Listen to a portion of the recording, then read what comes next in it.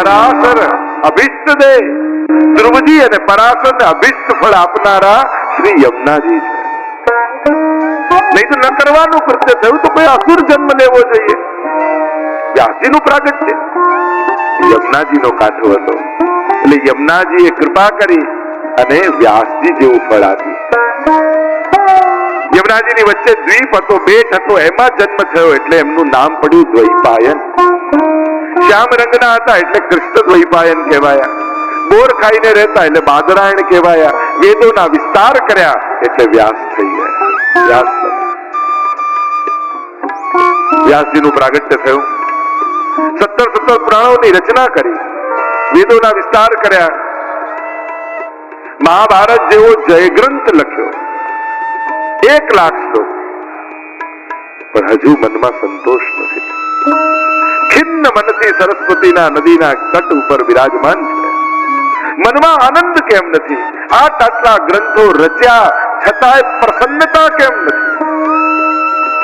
જેના માટે જન્મ લીધો હોય એ કાર્યમાં જોડાવ ત્યારે જ મનને સંતોષ આવતો હોય. બાકી દુનિયાભરની સફળતાઓ મળી જાય પણ આ જીવન અને જન્મ જેના માટે મળ્યો છે એ કાર્યમાં ન લાગો તો આત્મસંતોષ ન મળે. મનમાં થયું કે હજી પ્રસન્નતા કેમ ચિત્તમાં નથી? અને એટલામાં દૂરથી અવાજ સંભળાયો. આપણા ઘરમાં સૌથી બગડેલો છોકરો કે આ મારો કનૈયો છે. હવે ક્યાં તારો કનૈયો ને ક્યાં કૃષ્ણ? તું સંસ્કાર ના આપી શકે અને કનૈયો ક્યાં બનાવે?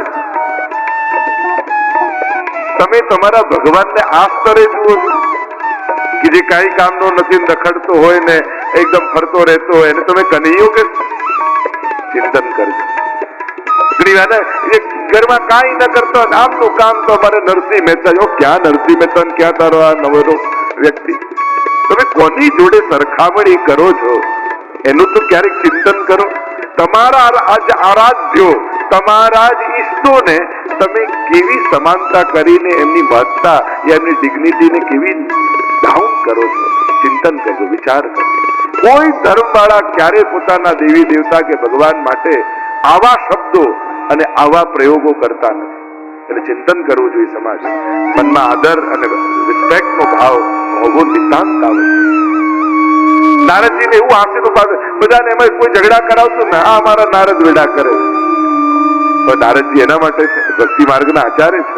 નારમ જ્ઞાનમ દદાતી નારદમ, નારમ અજ્ઞાનમ ખંડયતી નારદ. અનેક અર્થો નારદ શબ્દ ના કર્યા.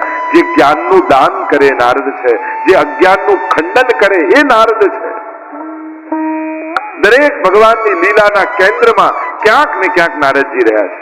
પોતે અપયશ માથે લઈને પણ ભગવાનના કાર્યો સિદ્ધ કર્યા છે. એવી ભક્તિ નારદજીની છે. એટલે ક્યારે પણ હસી મજાકમાં પણ ભગવાન વિશે નબળું બોલવું નહીં. મહાપ્રભુજી 84 વૈષ્ણવની વાર્તામાં પરમાનંદાસજીની વાર્તા આવે અને એમાં એક રાણીની વાર્તા આવે છે કે એક રાણી ગામમાં આવી અને કહેવા લાગી કે હું આટલા મોટા રાજ્યની રાણી, શ્રીનાથજીના દર્શન તો કરું પણ હું કરું ત્યારે મને કોઈ બીજું ના જોઈએ અને મારું છત્ર, ચમર, ચાદર આ બધું ઓઢીને શ્રીનાથજીના દર્શન કરું.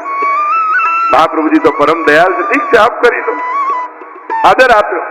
પણ શ્રીનાથજી બાબા કોઈનું ચલાવી લે.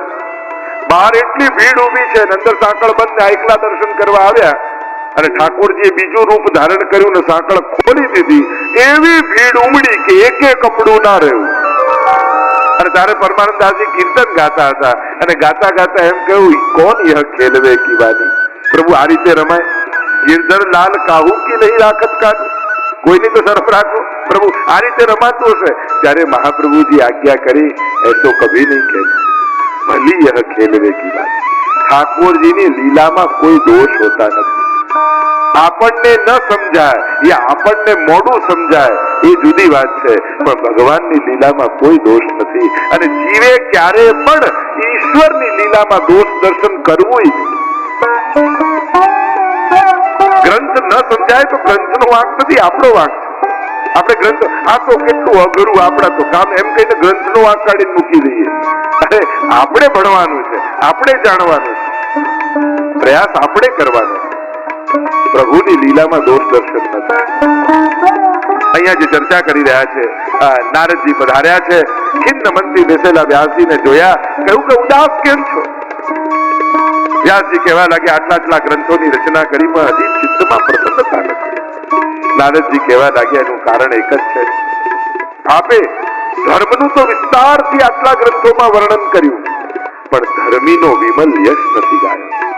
જેમાં વિશુદ્ધ ભક્તિનું વર્ણન હોય એવી ભાગવતની રચના કરો વ્યાસજી. આપના તો હૃદયમાં જ વિરાજે છે. સ્કંદ અને પદ્મ પુરાણ બંનેમાં આપે જ તો મહાત્માનું દર્શન કરાવ્યું છે જગતને, અને આપ જ વિસ્તૃત કરી ગયા. જ્યાં સુધી ભાગવતની રચના નહીં કરો ત્યાં સુધી મનમાં પ્રસન્નતા નહીં પ્રગટે. બહુ સુંદર રીતે નારદજી સમજાવે છે કે જ્યાં ગમે તેટલી અલંકારિત વાણી હોય, સુંદર કંઠ હોય, સારા શબ્દોના પ્રયોગ કર્યા હોય, પણ જો ભગવાનનો વિમલ યશ એમાં ન હોય તો તદ વાયસમ તીર્થ, એ તો કાગડાના તીર્થ સમાન છે. પરમહંસોને એમાં આનંદ નથી આવતો.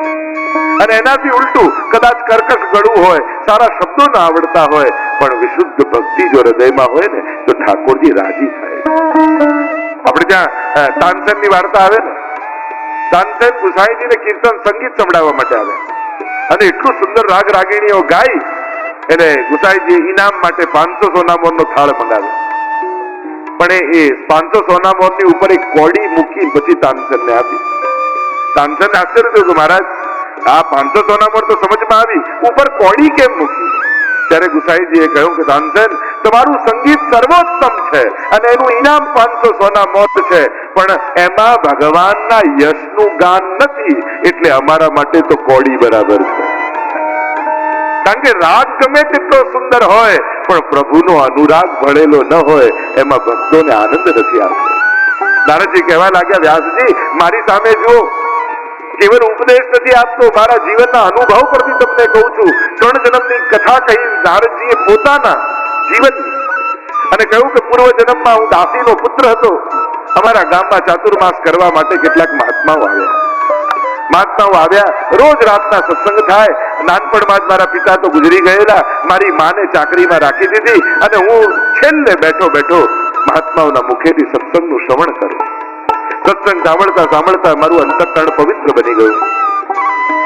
4 માસ ચતુર્માસ ક્યાં પૂરા થઈ ગયા ખબર ન પડી. હવે તો મહાત્માઓને જવાનો સમય આવી ગયો, અને જયારે એ જવા લાગ્યા મને એમ લાગ્યું જાણે મારા પ્રાણ એમની સાથે જઈ રહ્યા છે. ચરણોમાં પડી ગયો, વિનંતી કરી, હવે આપના વગર હું જીવી નહીં શકું, મને પણ આપની સાથે લઈ જાઓ.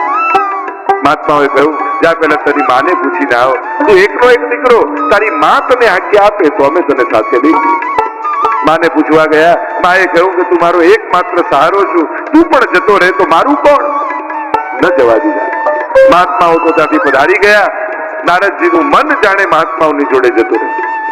નારદજી કહેવા લાગ્યા, એક વાર મારી માં ગૌશાળામાંથી જતી હતી અને સર્પે દંશ દીધો અને માં પડી, પણ પડતા એનો હાથ ગાયની પૂંછને અડી ગયો અને એ અડવા માત્રથી એનો ઉદ્ધાર થઈ ગયો. જો કેવી મહત્તા ગૌ સેવાની બતાવી છે. કેવલ પૂંછને સ્પર્શ કરવા માત્રથી ઉદ્ધાર બતાવે. વૈષ્ણવે રોજ કાંઈક પોતાની શક્તિ પ્રમાણે ગાયની સેવા માટે જરૂર કાઢો. જ્યાં પણ ઉત્તમ રીતે સેવા થતી હોય ત્યાં એનું યોગદાન કરો. તમે પોતે જાતે જઈને ગાય માટે કઈ ને કઈ ગૌગ્રાસ આદિ કોઈ પણ રીતે ગૌ સેવામાં જોડાવ. વૈષ્ણવનું કર્તવ્ય છે. ગૌરક્ષાની શરૂઆત શ્રી મહાપ્રભુજી 500 વર્ષ પહેલા, આપણે તો વાર્તા ગેવરવનના ત્યાં પ્રસંગમાં આવે છે, બેઠકજીના ચરિત્રમાં, કે જ્યારે એ ગાયની પ્રસંગ કે પથ્થરની ગાય હતી અને ત્યાં સુબાએ કહ્યું કે આ પથ્થરની ગાયની પૂજા નહીં કરવા દો, અને સ્વયં મહાપ્રભુજીએ પથ્થરની ગાયની પાછળ ઘાસ રાખ્યું અને વળીને ખાધું, અને ગૌ પૂજા ચાલુ રહે એના માટેના મહાપ્રભુજી પોતે પ્રયાસ કરે. તો આમ અનેકવિધ કથાઓ જોડાયેલી છે. ગૌ સેવા માટે જે કાંઈ પણ થાય દરેક વૈષ્ણવે જરૂર કરે. ગાયની પૂંછને સ્પર્શ થયો ને ઉદ્ધાર થઈ ગયો. નારદજી કહેવા લાગ્યા, મને હવે કોઈ રોકનારું રહ્યું નહીં. ઉત્તર દિશા તરફ હું આગળ નદીઓ, પર્વતો, વનોને પસાર કરતા આગળ ગયો. એક વિશાળ વટવૃક્ષ આવ્યું, નીચે જઈને બેઠો, સમાધિ લગાવી. સમાધિમાં પરમાત્મા આવ્યા અને કહ્યું, આ જન્મમાં તમને મારો અનુભવ નહીં થાય. ટૂંક જ સમયમાં પ્રલય કાળ આવશે, બધું જ જલમાં ડૂબી જશે અને ફરી સૃષ્ટિનું સર્જન કરીશું, ત્યારે મારા અવતાર રૂપે તમારો જન્મ થશે. નારદજી કહેવા લાગ્યા, જુઓ વ્યાસજી, કેવલ પ્રભુની વિશુદ્ધ ભક્તિ કરવા માત્રથી એક સાધારણ હું જીવ અને હવે ભગવદ અવતાર બની ત્રિલોકમાં પરિભ્રમણ કરી રહ્યો. આ કેવલ ને કેવલ વિશુદ્ધ ભક્તિને કારણે. વ્યાસજી ભાગવતની રચના હૃદયમાં છે, અનુભૂતિ છે, હવે અભિવ્યક્તિ કરશો તો આનંદનો અનુભવ થશે. નારાયણ નારાયણ કરતા નારદજી પધારી ગયા. વ્યાસજી સરસ્વતીમાં સ્નાન કરીને બિરાજમાન થયા, ગણપતિને લખવા માટે બિરાજમાન કર્યા અને સમાધિમાં નારદજી વ્યાસજી બિરાજ્યા. મહાપ્રભુજી આજ્ઞા કરે છે, ભાગવતમાં 3 ભાષાઓ છે, લૌકિક ભાષા, પરમત ભાષા અને સમાધિ ભાષા. આ 3 પ્રકારની ભાષાઓ છે, જેમાં કેવલ કુદરત આદિનું વર્ણન હોય લૌકિક. પરમત પેલાની પાસે મેં આ સાંભળ્યું હતું એમ બીજાની વાત કરે એ પરમત ભાષા. અને સમાધિમાં વ્યાસજીને પોતાને જે દર્શન થયું હોય એ સમાધિ ભાષા. સમાધિમાં બિરાજમાન થયા વ્યાસજી અને ભાગવતની લીલાઓ પ્રગટ થવા લાગી. તો આપણે ત્યાં ઋષિ કોને કહેવાય? ઋષય મંત્ર દસ્તારઃ, જેને ધ્યાનમાં મંત્રોનું દર્શન થાય એ ઋષિ. વ્યાસજી આના ઋષિ છે. ભાગવતજીનું દર્શન વ્યાસજીને સમાધિમાં થયું. એક એક લીલાઓ વ્યાસજીના નેત્રોની સામે પ્રગટ થવા લાગી.